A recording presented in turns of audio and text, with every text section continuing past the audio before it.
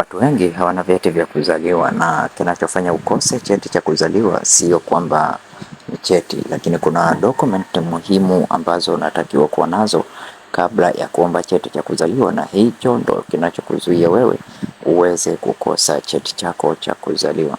Sasa katika video ya leo nitakwenda kukuonyesha dokumenti muhimu zinazotakiwa ili uweze kupata cheti chako cha kuzaliwa kwa muda mfupi tu. Cheti cha kuzaliwa unakipata ndani ya masaa 48 tu, lakini ukiwa na document ambazo zinahitajika, na document hizo leo nitakwenda kukuambia ni document gani ambazo zinahitajika ili wewe uweze kupata cheti chako cha kuzaliwa.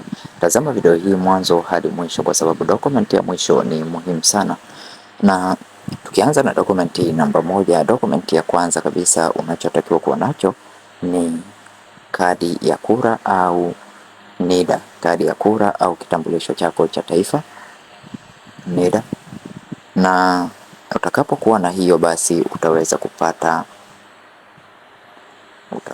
kutumia kama document namba moja, na document ya pili ni kadi ya kura au NIDA ya mzazi, kadi ya kura au NIDA ya mzazi. Kini document namba tatu ni kadi ya kliniki, na hii ni kwa upande wa watoto wadogo wenye umri kuanzia miaka 10 kushuka chini, kadi ya kliniki au tangazo la uzazi, kadi ya kliniki au tangazo la uzazi. Lakini document nyingine ni cheti cha ubatizo, unaweza ukatumia cheti cha ubatizo. Na document nyingine ni barua ya utambulisho kutoka serikali za mtaa, barua ya utambulisho kutoka serikali za mtaa ni document nyingine ambao pia unaweza kuitumia. Lakini document nyingine ni passport ya kusafiria, unaweza ukatumia passport ya kusafiria. Na document nyingine ni leseni ya udereva, unaweza ukatumia leseni ya udereva.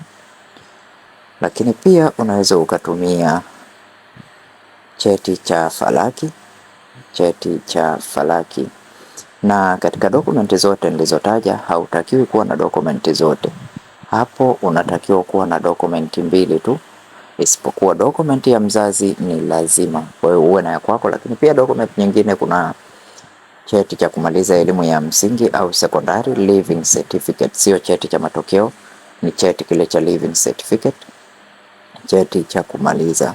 Na katika vyote nilivyotaja unatakiwa kuwa na dokumenti mbili, angalau uwe nazo mbili. Kwa hiyo kama utakuwa na kadi ya kura basi uwe na kadi ya kura yako kwako wewe na kadi ya kura au NIDA ya mzazi. Kumbuka kitambulisho cha mzazi ni muhimu sana. NIDA ya mzazi au kadi ya kura ya mzazi ni muhimu sana wewe kuweza kupata cheti chako. Kwa hiyo hakikisha una dokumenti ya kwako moja yenye taarifa zako na dokumenti ya mzazi mmoja. Kwa hiyo ukiwa na kadi ya kura hakikisha una kadi ya kura au NIDA ya mzazi. Ukiwa na living certificate hakikisha una kadi ya kura au NIDA ya mzazi. Ukiwa na barua ya utambulisho wa serikali za mtaa, kumbuka kuwa na kitambulisho cha mzazi. Kitambulisho cha mzazi ni muhimu sana.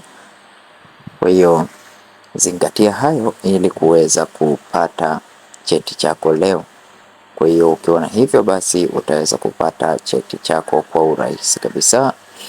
Ukiwa na hiyo utaweza kupata cheti chako kwa urahisi kabisa. Okay. Sasa kwa yule ambaye ni mara yako wa kwanza kuingia katika channel hii ya Feaboy, tafadhali bonyeza neno subscribe, like video hii na share video hii kwa wengine wengi zaidi.